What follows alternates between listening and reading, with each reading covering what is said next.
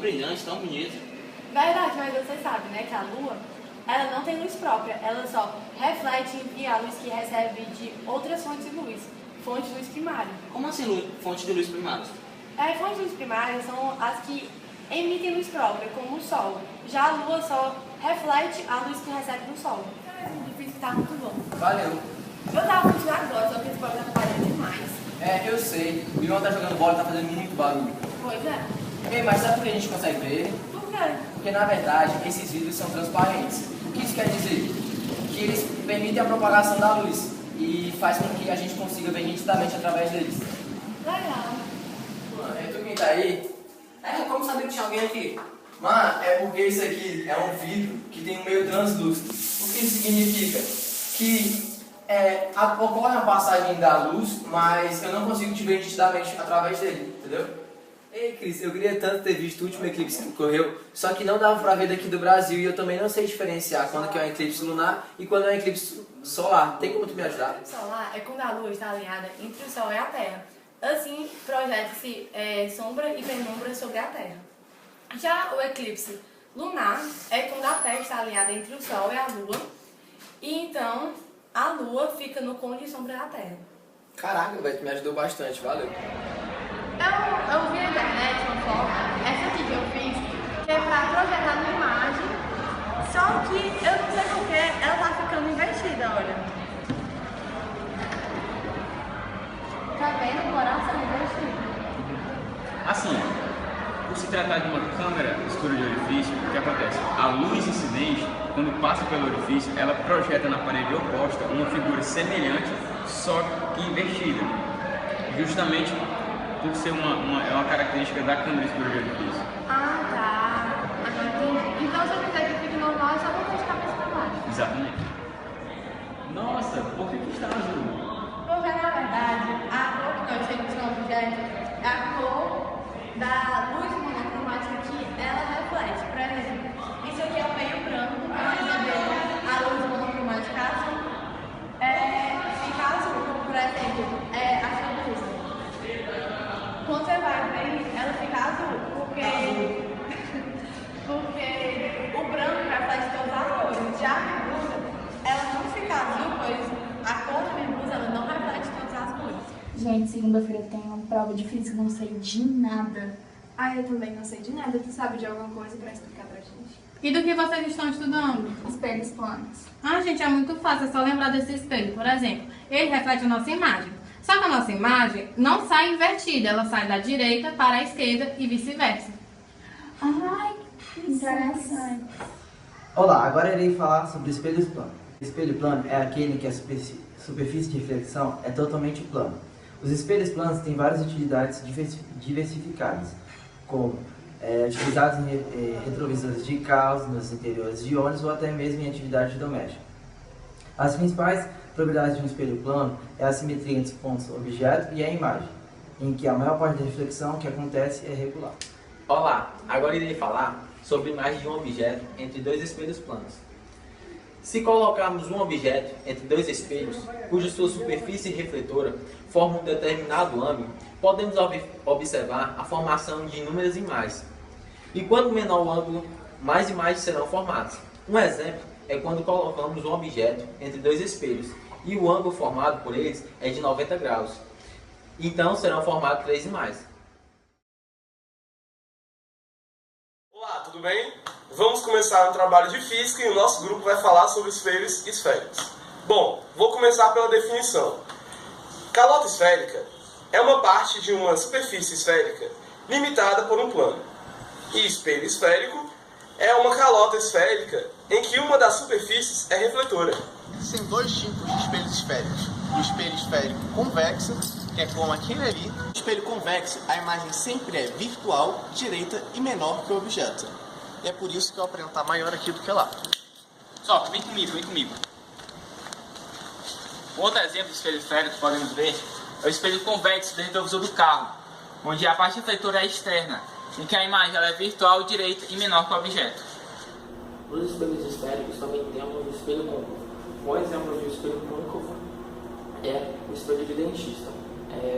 Sua imagem vai depender posição do objeto que estiver na sua frente. Por exemplo, se o objeto estiver localizado atrás do centro de curvatura, ele vai ter uma imagem real invertida e menor.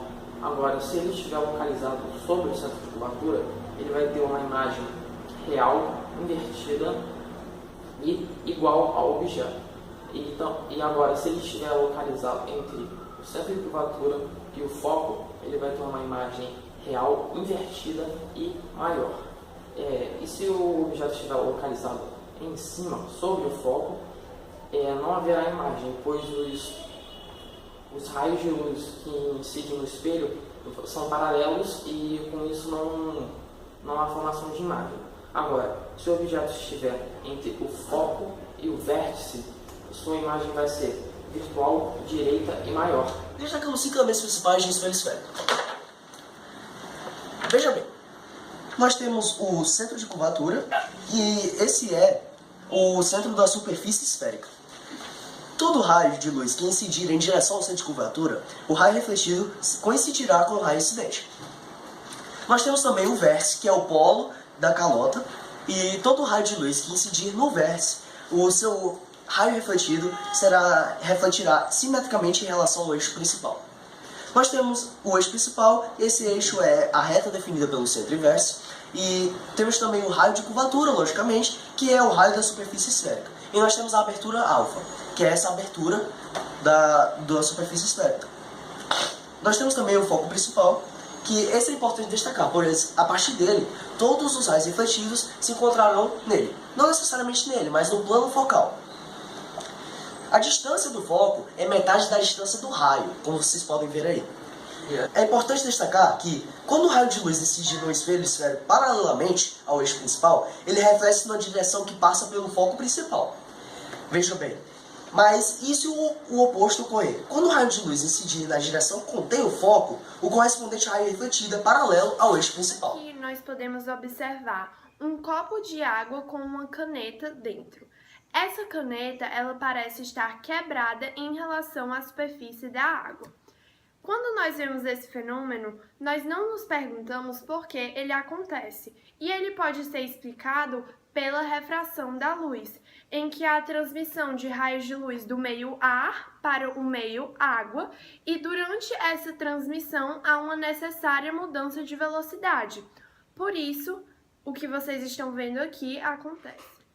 Existe uma grandeza adimensional conhecida como índice de refração da luz, e é ela que vai justamente relacionar a velocidade da transmissão da luz de um meio para outro. Como aqui o fenômeno da refração acontece, nós também vamos poder evidenciar as leis da refração.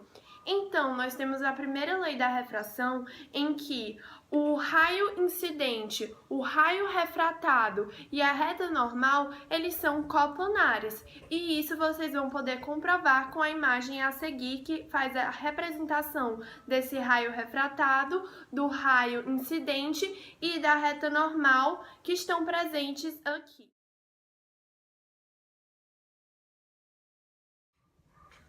Já a segunda lei da refração, que também é conhecida como lei de Snell, vai afirmar que o índice de refração do meio 1 vezes o seno do ângulo incidente é igual ao índice de refração do meio 2 vezes o seno do ângulo refratado.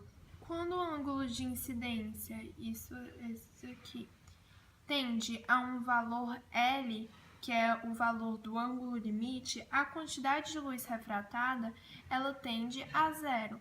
Agora, no momento em que esse ângulo de incidência for maior do que o ângulo limite, vai acontecer uma reflexão total dos raios de luz. E para que ocorra esse fenômeno, precisa haver uma situação em que a luz ela se propague somente do meio mais refringente para o meio menos refringente. Para calcular o ângulo limite, agora a gente vai utilizar a lei de Snell. E, além disso, a gente vai considerar que o ângulo de refração ele vai ser igual a 90 graus. a gente vai admitir o θ1 como o ângulo limite e o θ2 como o ângulo refratado, que é o de 90 graus. Então, quando a gente for substituir isso na lei de Snell, o N1 vezes o seno do ângulo limite vai ser igual ao N2 vezes o seno do ângulo refratado, que é 90 graus. Quando nós formos resolver isso, vai ser equivalente a seno do ângulo limite vai ser igual ao N2 sobre o N1, que é uma razão entre o índice de refração menor e o índice de refração maior. N menor e N maior. Nessa experiência, a gente vai provocar a reflexão total da luz que, propagando-se na água, incide obliquamente nessa película menos refringente que ela. A película que a gente fala é a de fuligem formada na face da faca pela vela. Dióptro plano é um sistema físico constituído de dois meios separados por uma interface plana. Dessa forma, os raios de luz refratam quando passam de um meio para o outro. Um exemplo de dióptro plano é a interface ar-água desse aquário, que, como se pode ver, o fundo parece bem menos profundo do que realmente é, devido à refração da luz. A equação do dióptro plano permite calcular a distância aparente que é feita pela refração do raio de luz. A tangente de θ2 é igual a AB sobre D, e a tangente de θ1 é igual a AB sobre D'. θ2, AB sobre D, θ1, AB sobre D'. Dividindo o tangente θ1 sobre tangente θ2, obtemos D' sobre D. Pela lei de Snell, nós temos que o seno de θ2 sobre o seno de θ1 é igual ao índice de refração de 1 sobre o índice de refração de 2. A aproximação para pequenos ângulos diz que o seno de um pequeno ângulo é aproximadamente igual à tangente desse mesmo ângulo. Dessa forma, podemos dizer que a tangente de θ2 sobre tangente de θ1 é aproximadamente igual ao seno de θ2 sobre o seno de θ1. Dessa forma, D' sobre D igual a N1 sobre N2, ou D' sobre D é igual ao índice de refração do destino para o índice de refração da origem. Lâmina de faces paralelas pode ser entendida como dois dióptros planos paralelos. Dessa forma, os raios emergentes são paralelos aos raios incidentes, mas eles sofrem um deslocamento lateral. Um exemplo de lâmina de faces paralelas é essa régua transparente, que, quando colocada em cima das palavras, estas parecem mais altas, mas não mudam de tamanho em relação às outras. Outro exemplo de lâmina de faces paralelas é essa mesa de vidro, que, como se pode ver, o tamanho da letra continua o mesmo, mas a distância relativa muda devido à refração dos raios. A equação do deslocamento lateral da lâmina de faces paralelas. Pela figura, cosseno de θ2 é igual a E, que é a espessura da lâmina, sobre AC. Logo, AC é igual a E sobre cosseno de θ2. E o seno de α é igual a D sobre AC, ou seja, D é igual a C sobre seno de α, vezes seno de α. Como α é igual a θ1 menos θ2 e AC é igual a E sobre cosseno de θ2, podemos substituir e encontrar o valor de D. D é igual a E sobre cosseno de θ2 vezes seno de θ1. Eu irei falar sobre o prisma óptico. E o prisma óptico é um bloco de vidro formado por duas faces paralelas que normalmente está imerso no ar. Os elementos de um prisma óptico são arestas, que são encontros de duas faces planas, ângulo de abertura da secção transversal, que daqui a pouco nós vamos estudar a partir da secção transversal como ocorre a refração da luz em um prisma, e que é formado pela base, que pode ou não ser plana. A refração de um prisma óptico. Como está representado na figura ao lado, o comportamento de uma luz monocromática que incide em duas faces nas faces de um prisma estão imersas no ar. Na primeira passagem do ar para o vidro, o raio incidente ele refrata se aproximando da reta normal. Após isso, quando o raio sai pela segunda face, o raio é chamado de emergente, saindo com o mesmo ângulo em relação à normal antes de entrar no vidro. E para calcularmos esse desvio θ menos alfa, que iremos chamar de sigma, é dado pela expressão ângulo de incidência mais ângulo de emergência menos ângulo de abertura. sobre a reflexão total dos prismas. Uma das principais utilidades do prisma é no emprego da reflexão total, pois ele pode substituir com vantagens um espelho plano, pois tem um maior poder refletor e a reflexão total se dá pela figura mostrada ao lado. Um dos exemplos sobre o uso da reflexão pelos prismas é no periscópio.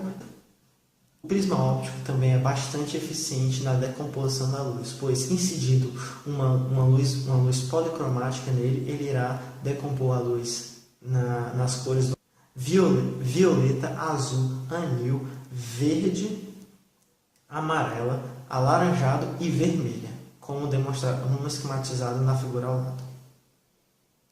Dispersão de uma luz e a sua decomposição nas diversas luzes monocromáticas que a constituem. Um exemplo é o arco-íris, que ocorre basicamente o seguinte. A luz branca penetra na gota, decompondo-se em diversas cores, que em seguida sofrem reflexão parcial nas paredes da gota. Outro exemplo é o pôr do sol, onde a luz proveniente do sol desvia-se ao atravessar a atmosfera. Por isso, quando essa luz atinge o observador, ele tem a impressão de que o sol está em outra posição, que no caso é uma posição aparente. Vamos falar das lentes. As lentes são muito utilizadas no nosso dia a dia, desde óculos a equipamentos muito sofisticados de observação. Um exemplo muito comum das lentes são os óculos, que são usados na correção de defeitos visuais. Também tem as lentes de contatos, que são usadas na substituição dos óculos, as lupas, que são usadas para ampliar as imagens, os microscópios, que são usados para ver seres vivos muito pequenos. As lentes são subdivididas em dois grupos maiores, as lentes de borda grossa, que são as bicôncavas, plano côncavo e convexo côncavo, e as lentes de borda fina, que são biconvexa, plano convexa e côncavo convexo. O isolamento da lente. A lente é originada de duas circunferências, a terra plano, que seria originada da circunferência de raio infinito. Daí nós teríamos duas superfícies e teríamos assim dois raios de curvatura. Teríamos também um eixo principal, que dividiria a lente ao meio, por duas partes iguais. O encontro da superfície da lente com o eixo principal nos dá dois vértices, e a distância entre esses dois vértices seria a espessura da lente. Na metade dessa espessura nós teríamos o centro óptico, e nós ainda teríamos os pontos chamados de foco e os ângulos principais. Bom, quando a lente ela é mais refringente que a parte externa, as lentes de borda fina são convergentes e as de borda grossa são divergentes, que é o caso mais comum. Quando as lentes são menos refringentes que a parte externa, as lentes de borda fina são divergentes e as de borda grossa são convergentes, que é mais raro. Enfim, o estudo da nossa lente será de lentes delgadas, que são aquelas que a espessura é desconsiderável em relação a todos os outros aspectos. Dessa forma, nós teremos os pontos como o centro óptico, que ficará no encontro da lente com o eixo principal, e nós teremos os focos, que estarão à mesma distância do centro óptico, ou seja, a distância focal. Os ângulos principais são os pontos que distam 2 vezes a distância focal do centro óptico. Eu vou falar sobre os raios notáveis. Quando um raio de luz incide paralelamente ao eixo principal, se a lente for convergente, ele vai sofrer refração e vai passar pelo foco principal, imagem real. E se a lente for divergente, ele vai sofrer refração e o prolongamento dele é que vai passar pelo foco principal, imagem, que vai ser virtual. E pelo princípio da reversibilidade dos raios de luz, quando o raio de luz incide passando pelo foco principal, ele vai sofrer refração e vai emergir paralelamente ao eixo principal. E quando o raio de luz ele incide passando pelo centro óptico da lente, ele não sofre desvio. Quando o raio de luz incide em uma direção passando pelo ponto antiprincipal, objeto, ele sofre refração e emerge numa direção que passa pelo ponto antiprincipal, imagem. O referencial gaussiano baseia-se no plano cartesiano com 3 eixos. Objeto e imagens reais, abscissas positivas. objeto e imagem virtuais abscissas negativas. Imagem direita, objeto e imagem com ordenadas com sinais iguais. Imagem invertida, objeto e imagem com ordenadas contrárias. Agora eu vou falar a equação de Gauss, que é 1 sobre f, que o f é a distância focal, que é igual a 1 sobre p. P é a distância do objeto até a lente, mais 1 sobre p', que é a distância da imagem até a lente. Então, agora eu vou falar sobre a construção das imagens. A construção das imagens nas lentes convergentes vai depender da posição do objeto em relação à lente. Quando o objeto estiver antes do ponto antiprincipal, a imagem produzida vai ser real, invertida e menor. Um exemplo são as máquinas fotográficas. Quando o objeto estiver entre o ponto antiprincipal e o foco principal, a imagem vai ser real, invertida e maior. Um exemplo são as projeções feitas nos cinemas. Quando o objeto estiver entre o foco principal e o centro óptico, a imagem vai ser virtual, direita e maior. Um exemplo são as lupas. Nas lentes divergentes, independente da posição do objeto, a imagem produzida vai ser virtual, direita e menor. Bom, o aumento linear transversal. Ele é uma grandeza adimensional, dada pela fórmula A, que é o aumento linear transversal, igual a I sobre O, que é o tamanho da imagem sobre o tamanho do objeto. Essa fórmula pode ser escrita de outra forma. A igual a menos P' sobre P. O P é a distância do objeto à lente e o P' é a distância da imagem à lente. E ainda tem outra forma de escrever isso, que é A igual a F sobre F menos P. F é a distância focal e P é a distância do objeto à lente. Doutora, quantos graus tem? Mas, senhor, isso não é medida em graus, é medida em divergência, que é a capacidade que a lente tem de desviar a trajetória dos raios de luz. Como o senhor tem miopia, que é a dificuldade de ver de longe, o senhor tem menos 3 dioptria. Caso o senhor tivesse com metropia, o senhor teria 3 dioptria. Dioptria é a unidade que medimos a divergência. Eu vou receitar para o senhor trocar essa lente do seu óculos, por receituar para você levar, ou para o senhor prefira as lentes de contato, que tem o mesmo efeito.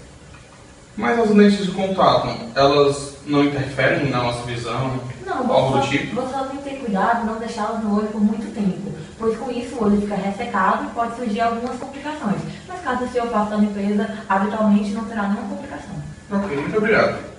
A equação dos fabricantes de lentes é dada pela fórmula V igual N, índice de refração da lente, em relação ao meio, menos 1, que multiplica 1 sobre o raio de uma das superfícies da lente, mais 1 sobre o raio de uma da outra superfície da lente. Caso a lente seja bicôncava ou biconvexa simétrica, os raios serão iguais, daí fazendo a soma ficaria 2 sobre R. E caso uma das faces da lente seja plano, ou seja, plano côncavo ou plano convexa, num plano seria uma circunferência que o raio tenderia ao infinito. 1 sobre infinito, matematicamente, tende a zero. Daí nós poderíamos cortar esse fator e a equação ficaria simplesmente o N da lente em relação ao meio menos 1 sobre 1, que multiplica 1 sobre o raio da outra superfície.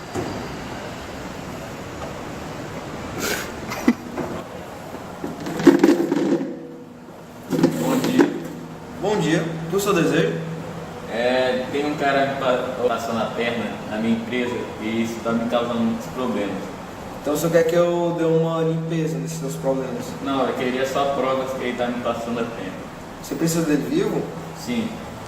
Então, certo. Aqui está todo o meu equipamento de espionagem e eu só irei trazer as provas para você. Não irei nem sequer encostar nele. Algum problema com isso? Mas esse binóculo aqui, como é que você vai usar se você usar óculos? O óculos é só um pequeno detalhe, afinal eu só tenho um pequeno problema de astigmatismo e o grau é muito baixo, então só tenho um problema com a claridade. Sendo que não seja um estádio de futebol, então não teria nenhum problema em espioná-lo. Beleza, então. Certo? Temos um acordo? Sim. Volte daqui a uma semana que você terá todos os resultados. Beleza. Bom, aqui vamos nós.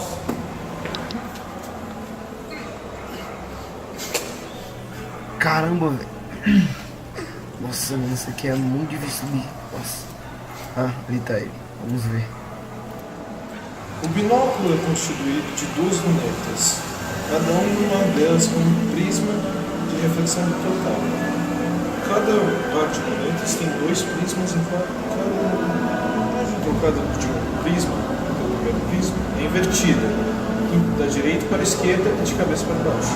O primeiro prisma troca o lado, de cima e baixo, e vice-versa. O segundo prisma tem a função de ajeitar a visão. Assim, o campo de visão será aumentado quando o indivíduo usar o binóculo. Que? Como assim, mano? Nossa, estranho. Tá, então esse deve ser o esquema dele. Vamos ver. A máquina fotográfica é um instrumento óptico de projeção através de uma lente convexa. A imagem que se forma da lente é proporcional ao objeto que se foi tirado a foto. Como assim? Bom, quem é que tá espionando quem aqui? Que estranho. Ai, meu olho. O globo ocular tem a forma de duas calotas esféricas. A calota esférica é uma membrana.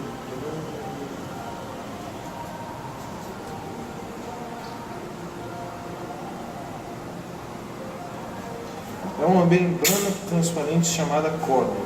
A outra opaca e sendo formada de 3 camadas. A esclera, que é mais externa, e dá sustentação ao olho. Essa miopia acaba com a gente.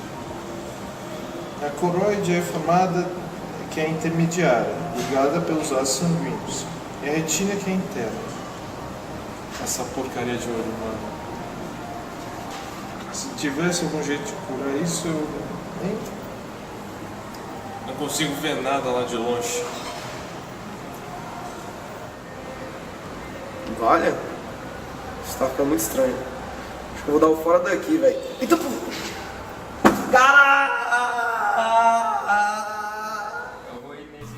Uma semana depois, o contratador volta ao escritório para pegar seus resultados. E aí, cara, você conseguiu essa prova? Bom, me custou uma vida, mas sim, eu consegui todas elas. Foi um prazer e, por favor, nunca mais volte aqui pedindo outro serviço. Mas ele tava com tanta raiva de mim assim.